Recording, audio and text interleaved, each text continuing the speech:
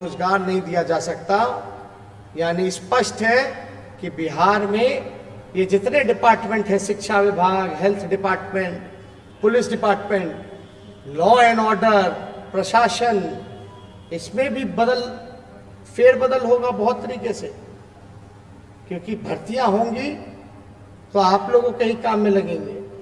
Law and order सुधरेगा, पुलिसकर्मी अगर ज्यादा होंगे, अस्पताल में डॉक्टर होंगे तो अच्छे से इलाज हो पाएगा, नर्सेज होंगे तो देखभाल हो पाएगा, प्रोफेसर और टीचर होंगे तो अच्छे से पढ़ाई और शिक्षा व्यवस्था सुधरेगी। लेकिन नीतीश जी कहते हैं हो ही नहीं सकता। यानी साफ तौर पे उन्होंने हाथ खड़े कर दिए हैं कि हम कोई रोजगार का सृजन नहीं करेंगे, बैकलॉग को नहीं भरेंगे। पैसा होते हुए भी उन्होंने खर्च नहीं किया। जोर तोड़ की राजनीति, लॉक स्टेट है, जमीन से घिरा हुआ है, फैलाव करने का कोई उपाय नहीं है। लेकिन उनको ये भी बताना चाहिए कि पंजाब हरियाणा भी लैंडलॉक स्टेट है, वो भी जमीन से घिरा हुआ है। अब बिहार से कई गुना छोटा राज्य है, लेकिन बिहार के लोग वहां जाकर के फैक्ट्रियों में काम करते हैं। क्यों नीतीश जी? लालू जी जब रेल मंत्री थे तो उन्होंने मढ़ौरा में, परसा में, मधेपुरा में कारखाना देने का काम किया, तब तो बिहार में समुद्र नहीं था। तो इस बात को हम फिर दोहराना चाहते हैं कि नीतीश कुमार जी थक चुके हैं और बिहार उनसे संभल नहीं रहा। मैनेजमेंट करना चाहिए था। अब देखिएगा, पिछले कई सालों में मौजूदा एनडीए सरकार ने नौकरियां दी नहीं बल्कि छीनने का काम किया है। दी नहीं गई बल्कि छीनने का उन्होंने काम किया है। नौकरियों के अवसरों में को समाप्त करने का काम किया और हम नौकरियां देने और निजीकरण की प्रक्रिया को समाप्त करने का काम करेंगे। हम नौकरियां भी देंगे और एक परंपरा जो चलती आई है केंद्र सरकार की कि हर चीज जो है प्राइवेटाइज कर दिया जा रहा है, निजीकरण कर दिया जा रहा है। एक सेक्टर कृषि का बचा था, एग्रीकल्चर का बचा था, उसको भी जो है इन लोगों ने छोड़ा नहीं बल्कि प्राइवेटाइज कर दिया गया। तो हमारी सरकार बनेगी तो निजीकरण को खत्म करके नौकरियां जो हैं हम लोग ज़्यादा से ज़्यादा देने का काम करेंगे। तो हमने पहले भी आप लोगों को बताया, अभी तत्काल जो है 10 लाख पदों को भरा जा सकता है जिनकी रिक्तियां वर्षों से भरी नहीं गई हैं, और समय सीमा के अंतर्गत इन सारे काम को जो है हम लोग पूरा करेंगे। एक खास बात ये भी आता है कि सार्वजनिक रोजगार यानी सरकारी नौकरी के बहुत स्पष्ट मल्टीप्लायर इफेक्ट्स हैं, मानक गुणक प्रभाव होता है। अगर आप सार्वजनिक रोजगार यानी सरकारी नौकरी के बहुत मल्टीप्लायर इफेक्ट्स हैं। मल्टीप्लायर इफेक्ट्स मतलब मानक गुणक प्रभाव, यानी सरकारी नौकरी मिलेगी तो लोग यहीं रहेंगे, बिहार में ही रहेंगे, बिहार में ही पैसा खर्च करेंगे, बाजार जाएंगे तो बिहार में ही पैसा खर्च करेंगे। इससे जो हमारे व्यवसायिक हैं, व्यापारी हैं, उनको लाभ पहुंचेगा, यानी बिहार का पैसा बिहार में ही घूमेगा। इससे हम लोगों को, सरकार को भी रेवेन्यू और राजस्व का इसमें फायदा होगा। इसलिए सरकारी नौकरी के मल्टीप्लायर इफेक्ट्स होते हैं। हमारी प्राथमिकता नौकरी के साथ साथ स्थायित्व है। अब नीतीश जी का आप लोगों ने देखा 4 साल में 4 सरकार। जो सरकार खुद स्थिर नहीं है वो नौकरियां कहां से दे सकती है, वो विकास कहां से कर सकती है? आज 1 साल उस पार्टी के साथ, 2 साल उस पार्टी के साथ, फिर 2 साल किसी और के साथ, कोई गारंटी नहीं कब किधर क्या हो जाए। इसलिए हमारी अगर सरकार बनती है तो हम लोग स्थायी सरकार देने का काम करेंगे। और खास तौर पे जो नियोजित शिक्षकों की जो स्थायी कर उनको समान काम समान वेतन का अधिकार हम लोग देने का काम करेंगे। जो समान काम समान वेतन की जो नीति है उस पर अमल किया जाएगा और सभी विभागों में निजीकरण को समाप्त किया जाएगा। साथ ही स्थायी और नियमित नौकरी की व्यवस्था हम लोग करेंगे। तो आप देखिएगा, इन सभी लोगों को जो आप वेतन भुगतान करते हैं, वे आय प्राप्त करेंगे, फिर बाजार जाएंगे, खर्च होगा, ये तरह तरह का, इससे हमको फायदा होगा, ये डिपार्टमेंट्स बेहतर होंगे। और खास तौर पे जितने भी हमारे कार्यपालक सहायक हैं, सांख्यिकी स्वयं सेवक हैं, पुस्तकालय अध्यक्ष हैं, उर्दू शिक्षकों, आंगनबाड़ी स्वयं सेविकाओं एवं सहायिकाओं, आशा कर्मियों, मध्याह्न भोजन रसोई कर्मियों, ग्रामीण चिकित्सकों, जीविका दीदियों के अधिकारों में विस्तार किया जाएगा। और इसकी शुरुआत आशा कार्यकर्ताओं, आंगनबाड़ी सेविकाओं एवं सहायिका रसोई कर्मी के मौजूद मानदेय को दुगुना करके और जीविका दीदियों को नियमित वेतन और नौकरी उपलब्ध हमारी सरकार कराने जा रही है, हम लोग कराएंगे। ये मेरे ख्याल से आप सब लोगों को स्पष्ट होना चाहिए। और एक कॉन्ट्रैक्ट पे जो नौकरी है, जो नियोजन शब्द को हम लोग खत्म करके स्थायी नौकरी, हम लोग सारी चीज़ों को व्यवस्था करेंगे। राज्य के मूल निवासी युवाओं को सरकारी नौकरी में स्थायी नीति लागू करते हुए कम से कम 85% रिक्तियां आरक्षित की जाएंगी और उनके लिए सभी सरकारी बहाली परीक्षाओं के फॉर्म निःशुल्क होंगे तथा राज्य के अंतर्गत गृह जिला से परीक्षा केंद्र तक की यात्रा मुफ्त होगी। अभी क्या है, जो भी सरकारी नौकरियां मिलती हैं, कोई दूसरे राज्य से आकर के हमारे यहाँ नौकरी ले जाता है। लेकिन आप महाराष्ट्र चले जाओ, झारखंड चले जाओ, मध्य प्रदेश चले जाओ, अब तो सारे राज्य जो हैं एक एक करके डोमिसाइल कानून को लागू कर रहे हैं। और हमने ये पहले भी कहा था, आदरणीय लालू जी राष्ट्रीय अध्यक्ष हमारे, कई बार नीतीश जी को, जब हम लोग 18 महीने सरकार में थे तो हम लोगों ने इसकी आवाज़ उठाई थी। उन्होंने कहा कि होगा होगा होगा, लेकिन क्या हुआ वो तो जरा देश का अपमान करके चले गए। सबको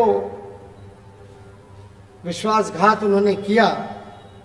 लेकिन हमारी सरकार बनेगी तो बिहार के लोगों का, बिहार सरकार में नौकरियों में अधिकार, जो रिजर्वेशन होगा, स्थानीय रिजर्वेशन, वो 85% की जाएगी। और जब नौकरी के फॉर्म्स निकलेंगे, यानी 10 तारीख को नीतीश जी की विदाई है और 10 तारीख को 10 लाख नौजवानों को सरकारी नौकरियां मिलना शुरू हो जाएगा, उसकी प्रक्रिया शुरू हो जाएगी। तो जो फॉर्म निकलेंगे, उस फॉर्म का जो फॉर्म फीस होता है उसको हम लोग माफ़ करेंगे, फॉर्म फीस नहीं लगेगा। साथ ही साथ जो किराया लगता है परीक्षा केंद्र में जाने का, उन सभी को भाड़ा देने की जरूरत नहीं, वो सरकार उसकी व्यवस्था, महागठबंधन की सरकार उसकी व्यवस्था हम लोग जो है कराएंगे। एक और महत्वपूर्ण बात मैं कहना चाहूँगा, बीपीएससी की लेट लतीफ़ी, बीपीएससी में कोई रिजल्ट समय पे नहीं होता, परीक्षा नहीं हो पाता, सालों सालों तक लोग जा रहे हैं। अब तो नौजवान बीपीएससी के बाहर इंतज़ार कर रहे हैं कि भैया 2014 का परीक्षा का रिजल्ट आया कि नहीं आया। तो नीतीश जी ने, बीजेपी की सरकार ने लाठी मरवाने का काम किया। जो लेट लतीफ़ी है उसको दूर करने के साथ सामान्य वर्ग और आरक्षित वर्ग के युवाओं की उम्र की सीमा बढ़ाई जाएगी। जो समय बर्बाद करता है बीपीएससी लेट लतीफ़ी में, इससे तो कानून है ना भैया, इसने को इस उम्र के लोगों को, इतने बीच की उम्र के लोगों को ही सरकारी नौकरी मिल सकती है। अगर लेट लतीफ़ी बीपीएससी है तो भाई मेरा बिहार का मेरा भाई नौजवान क्यों भुगतेगा? तो जो भी हमारे सामान्य वर्ग के लोग हैं या आरक्षित वर्ग के लोग हैं, उसमें जो है उन युवाओं की उम्र सीमा हमारी सरकार जो है बढ़ाने का काम करेगी, बढ़ाई जाएगी। मेरे ख्याल से ये बहुत ही महत्वपूर्ण सवाल है। आप अंदाजा नहीं कर सकते कि तैयारी में, कंपटीशन में कितना खर्च होता है। गरीब परिवार के लोग दिन रात तैयारी करते हैं, माँ बाप अपने बच्चों को पढ़ाना लिखाने में अपना पेट काट करके पालते हैं, सोचते हैं कि भैया नौकरी लग जाएगी तो बुढ़ापा में सहारा बन जाएगा। और अगर बीपीएससी समय पे कोई काम ना करे तो उन नौजवान भाई जो इतने सालों से मेहनत करते रहे और जो उनके बुजुर्ग माता पिता हैं, कितनी आशा भरी उम्मीद जो है कि बेटा जो है परीक्षा देगा, नौकरी लगेगी, कितना ठेस पहुंचता होगा, कितना दर्द होता होगा, कितना चुभता होगा, उसका अंदाजा हम लोग नहीं लगा सकते। वो नौजवान जानते हैं, वो उनका परिवार जानता है। इसलिए हमारी सरकार बनती है तो ये काम सामान्य वर्ग और आरक्षित वर्ग के जितने युवा हैं उनकी उम्र की सीमा को हम लोग बढ़ाने का काम करेंगे। ज़्यादा कुछ हम नहीं करेंगे, लेकिन जीविका दीदी, आशा कर्मी, आंगनबाड़ी सेविका, आंगनबाड़ी सहायिका और मध्याह्न जो भोजन रसोइया जैसे साथियों के मानदेय को लगभग 2 से 3 गुना हम लोग जो है बढ़ोतरी करने का काम हम लोग करने जा रहे हैं। तो देखिए, हम ज़्यादा कुछ और नहीं कहेंगे, मेरे ख्याल से ये स्पष्ट है। और जो लोग सवाल पूछा करते थे उनको मेरे ख्याल से जवाब मिल गया है। जब चांद पे आदमी चला जा रहा है तो बिहार में कारखाना और सरकारी नौकरी नहीं दी जा सकती। नीतीश कुमार जी, डबल इंजन की सरकार, पूरी तरीके से बिहार को 15 साल बर्बाद करने का काम किया। लेकिन फिर भी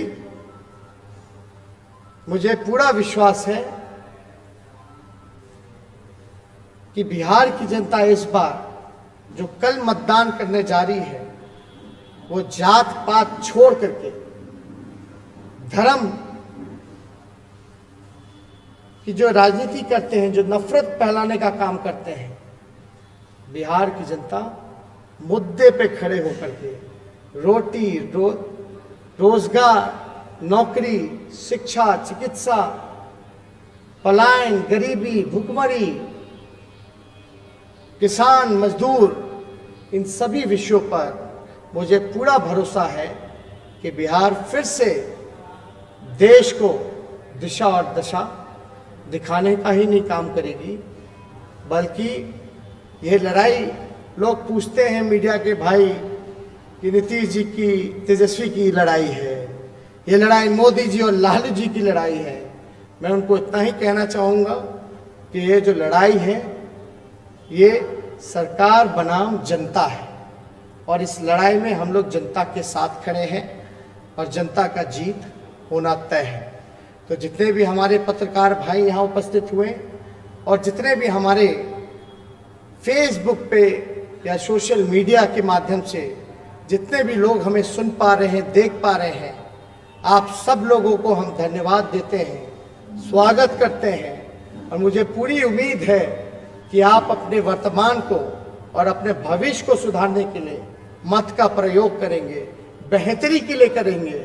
लेकिन कुछ लोग लगे पड़े हैं कि जात पात हो जाए, कुछ लोग लगे पड़े हैं कि धर्म के नाम पर नफरत फैलाया जाए। इन सब चीज़ों से अलग उठ करके बिहार को महान बनाना है, आगे ले जाना है। और हमने तो पहले भी कहा, हम ठेठ बिहारी हैं, जो कहते हैं वो करते हैं, और हमने जो कहा है वो ज़रूर करेंगे। और हमने तो नवरात्र में जो पूजा की, कलश की स्थापना हमने की, कलश का स्थापना करने के वक्त संकल्प लिया जाता है, हमने संकल्प लिया है। बस एक मौका बिहार की जनता हमको देगी तो 10 तारीख को बाद 10 लाख रोजगार लोगों को सरकारी नौकरियां मिलने की प्रक्रिया जो है वो शुरुआत हो जाएगी।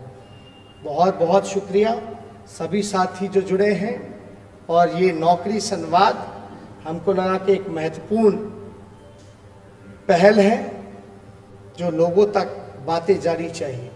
हम विपक्ष में होकर भी सवालों का जवाब दे रहे हैं, लेकिन कुछ लोग सत्ता में बैठ करके मुंह चुराने का काम कर रहे हैं, मुंह फेरने का काम कर रहे हैं। इन्हीं चंद शब्दों के साथ आप सब लोगों को धन्यवाद। जय हिंद, जय बिहार।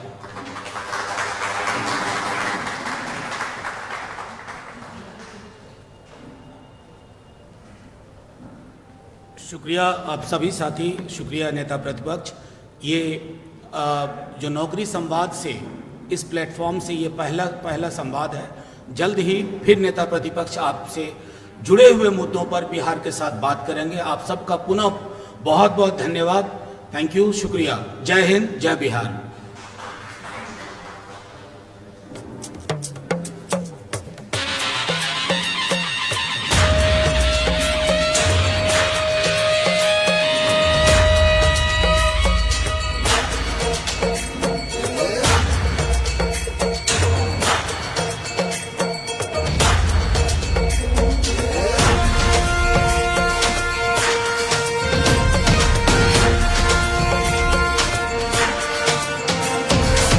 युग में नव क्रांति की जलती मशाल है ये, दिल का है दिल वाला और हिम्मत विशाल है ये।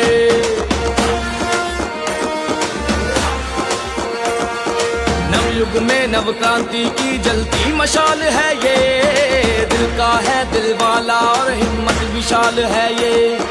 है गरीब का संबल मजबूरों की ढाल है ये, भाई सखा बेटा सबका रखता ख्याल है ये। विजयी होगा बिहार और जन जन की होगी विजय, एक स्वर में हर घर घर से ललकार उठी है ये। इस बार तेजस्वी तय है, इस बार तेजस्वी तय, इस बार तेजस्वी तय है, इस बार तेजस्वी तय, इस बार तेजस्वी तय है, इस बार तेजस्वी तय, इस बार तेजस्वी तय है, इस बार तेजस्वी तय।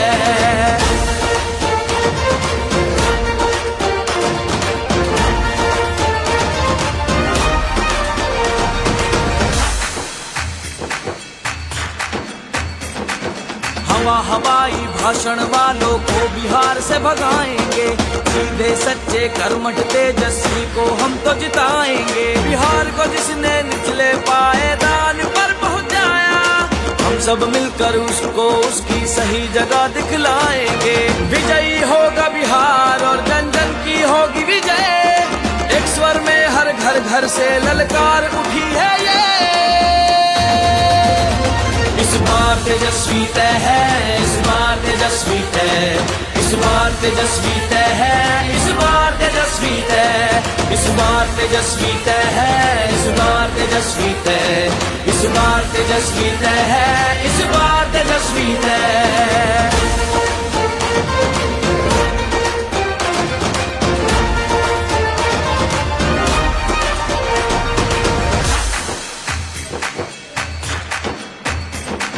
निर्बल निर्धन कमजोरों और मजबूरों का साहस है, अधिकारों और न्याय की खातिर लड़ने वाली ताकत है। मजदूर किसान और नौजवान का यही हौसला हिम्मत है, जन जन का उत्थान करे अब यही बिहार का जनमत है।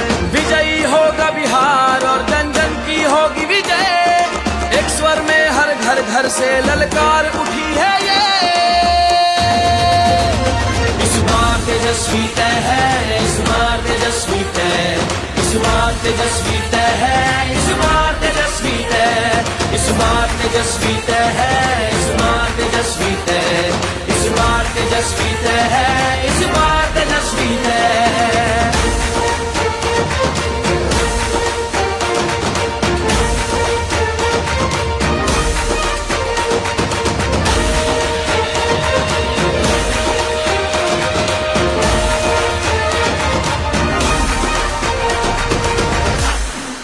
राष्ट्रीय जनता दल को वोट दें, इस बार तेजस्वी भव बिहार।